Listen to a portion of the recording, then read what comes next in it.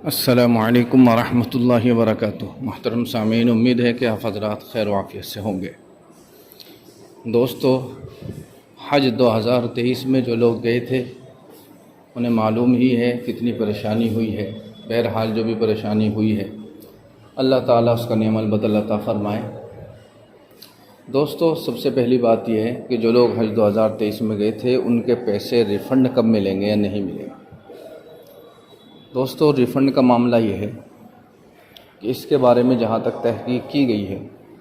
ابھی تک اس کے اوپر کوئی کام نہیں ہو رہا ہے۔ ابھی تک حج کمیٹی آف انڈیا کی طرف سے کوئی اعلان نہیں ہوا ہے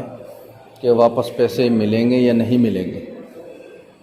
کیونکہ حج 2022 کے جو حاجی ہیں انہوں نے بتایا کہ پچھلے سال ہمیں 1 روپیہ نہیں ملا، تو ایسا بھی ہو سکتا ہے کہ نہ ملے، لیکن امید یہ کی جا رہی ہے کیونکہ جیسے حاجی بہت پریشان رہے ہیں تو جب یہ شکایتیں وہاں درج کی جاتی ہے تو پھر جو ہے کچھ پیسے واپس دے دیے جاتے ہیں۔ جیسے ہم نے دیکھا کہ ہم حج 2019 میں گئے تھے تو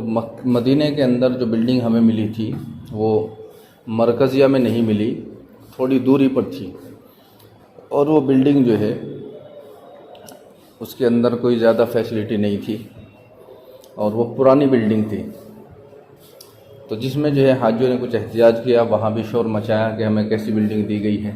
کیونکہ مرکزی علاقے میں بالکل مسجد نبوی کے آس پاس کی جو چاروں طرف بلڈنگیں ہیں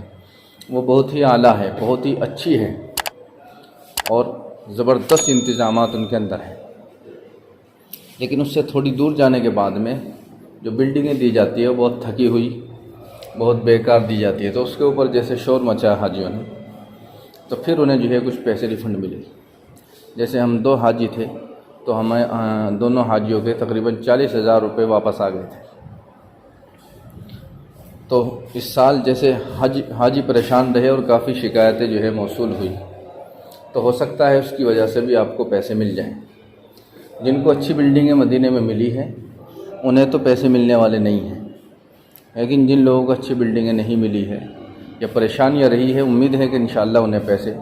جو بھی ملے، ابھی یہ تو نہیں کہہ سکتے کتنے ملیں گے، لیکن انشاءاللہ ضرور ملیں گے، اور جیسے ہی اس کے بارے میں جانکاری کچھ آئے گی تو انشاءاللہ ہم آپ کو ضرور بتائیں گے۔ کچھ لوگ جو ہے کہہ رہے ہیں کہ وہاں جو ہے بلڈنگوں میں پردے کا انتظام نہیں ہے، اسی کمرے میں مرد ہے اسی میں عورت ہے۔ دوستو، ہم نے جو وہاں دیکھا ہے کہ یہاں اچھی خاصی پردہ کرنے والی عورت جو ہندوستان میں اچھی طرح سے پردہ کر رہی ہے وہاں جا کر پردہ کرنا بند کر دیتی ہے۔ برقع اگر اوڑھتی بھی ہے تو منہ کھلا ہے، زیادہ تر تو اوڑھنا ہی نہیں چاہتی، لیکن اگر اوڑھتی بھی ہے تو منہ پورا کھلا ہوا ہے۔ اس کے بارے میں نے حج میں جانے سے پہلے بھی ایک ویڈیو بنائی تھی اور اس میں نے سمجھایا تھا کہ دیکھیے پردہ فرض ہے، جیسے نماز فرض ہے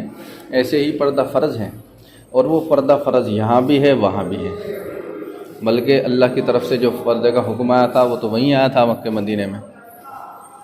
اس لیے پردہ کرنا یہ یہاں بھی ضروری ہے وہاں بھی ضروری ہے، لیکن ہم نے جو دیکھا ہے وہاں جانے کے بعد میں کوئی بھی پردہ نہیں کرتا ہے۔ بہت ہی کم عورتیں ایسی ہوں گی جو پردہ کرتی ہیں، زیادہ تر ہم نے دیکھا کہ نوجوان بہو اور جو بڑی عمر کی ہے وہ تو کرتی ہی نہیں، تو اس میں بڑی کوتاہی ہوتی ہے۔ بہرحال پردہ کرنا چاہیے، اور جو پردہ کرنے والی عورت ہے وہ اپنا انتظام کر لیتی ہے، لیکن یہ جو کمرے کا آپ نے لوگ بتا رہے ہیں کہ ایک ہی کمرے میں رکھا جاتا ہے، اس میں جو ہے میں نے پہلے بھی بتایا تھا کہ ہم کچھ چادریں لے جائیں اور اپنا یہ ایک پردہ بنا کر کے لے جائیں، رسی باندھ کر اپنی سائڈ میں پردہ لگا لیں، ایسے بھی ہو سکتا ہے۔ باقی حج کمیٹی سے اس سال جو ہے گزارش کی جا رہی ہے کہ وہ اس طرح کے روم دیں کہ ایک روم میں عورتیں رہیں، ایک روم میں مرد رہیں، اس طرح بھی بہتر ہے، اور پردے کا انتظام بھی بہتر ہے۔ جیسے آپ نے مینا میں دیکھا ہوگا کہ مینا میں جس خیمے میں مرد ہوتے ہیں تو سارے مرد ہی ہوتے ہیں، عورتیں نہیں ہوتی، اور اسی کے آس پاس یا سامنے ہی عورتوں کا خیمہ دے دیا جاتا ہے، تو اسی طرح سے اگر روم بھی دے دیا جائے تو بہت زیادہ بہتر رہے گا۔ اور جو پریشانیاں حاجیوں کو آئی ہیں ان پریشانیوں کے بارے میں ایک ایک کر کے حج کمیٹی کو بتایا جا رہا ہے، اور وہ اس کے اوپر غور و خوض کر رہی ہے۔ جیسا کہ معلم کے بارے میں بتلایا کہ معلم جو ہے کبھی کسی سے ملاقات نہیں کرتے، ہم نے بھی کبھی معلم کو نہیں دیکھا ہے۔ معلم کے آدمی آتے ہیں اور وہی سب کچھ بتاتے ہیں، ہاتھوں میں گلے جو کڑے سے ہوتے ہیں وہ پہنانے ہوں یا وہ بلا، یا گلے میں جو ہے کوئی آئی کارڈ وغیرہ ڈالنا ہو تو سب معلم کے آدمی آتے ہیں اور وہ آ کر پہنا دیتے ہیں۔ یا ہماری جو ہے مدینے سے مکہ ہے، مکے سے مدینہ واپسی ہو رہی ہے، یا پھر ہمیں مینا جانا ہے تو اس کے بارے میں وہی آ کر کے اعلان کرتے ہیں، کمروں میں بتاتے ہیں کہ بھائی تمہیں فلاں وقت جو ہے تمہاری روانگی ہے اور آپ کو اتنے بجے تک تیار ہو جانا ہے۔ تو معلم نہیں آتے۔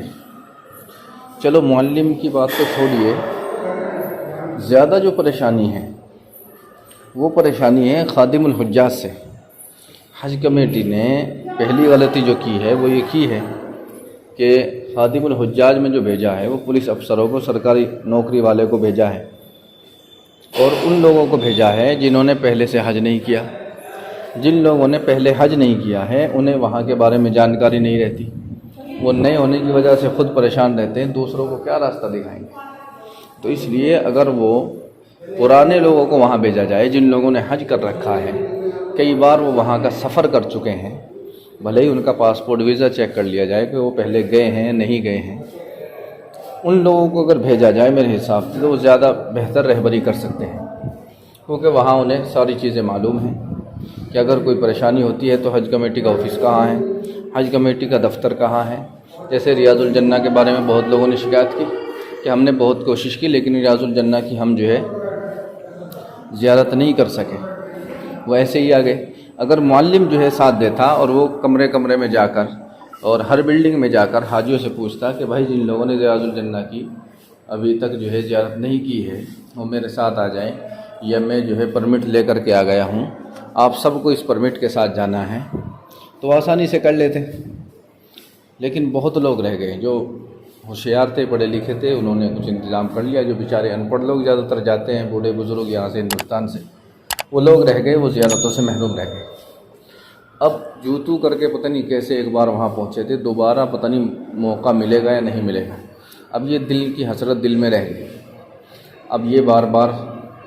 یہ سوچتے رہیں گے، افسوس کرتے رہیں گے کہ یار ہم بھی دیکھ لیتے، ہم یہ کر لیتے، لیکن اب کچھ نہیں ہونے والا ہے۔ بس اللہ چاہے تو دوبارہ بھیج دے اور پھر اللہ کرا دے تو دوسری بات ہے۔ بہرحال یہ جو غلطی رہی ہے حج کمیٹی کی رہی ہے، انہیں جو بھی خادم الحجاج بھیجنے تھے وہ پرانے بھیجنے چاہیے تھے، ٹریننگ یافتہ بھیجنے چاہیے تھے۔ ٹریننگ 1-2 کلاس ٹریننگ کے لیے اچھی طرح سے نہ ٹریننگ لیتے ہیں اور چلے جاتے ہیں، اور وہاں جا کر کسی کا کچھ نہیں پوچھتے۔ حاجیوں نے بتایا کہ ہم نے خادم الحجاج کی صورت بھی نہیں دیکھی، اور پریشانی حج کمیٹی کے دفتر برابر بلڈنگ میں آگ لگ گئی، اس طرح کی پریشانیاں آئیں۔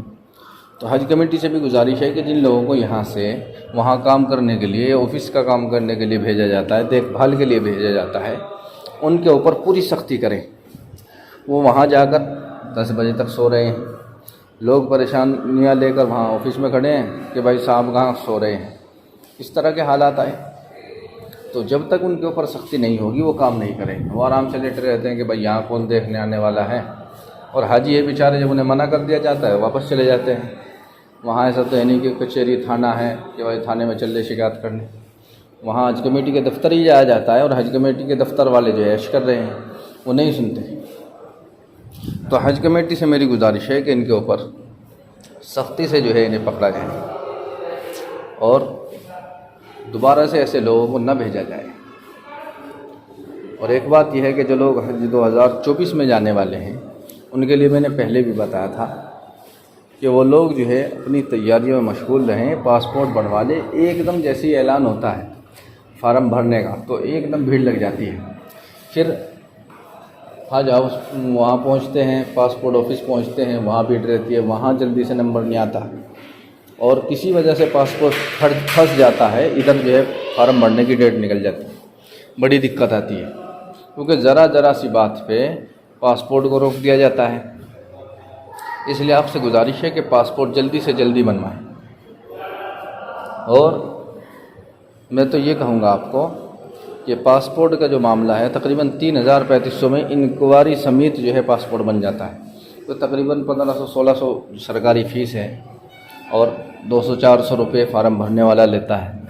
اور 1,500 روپے جو ہے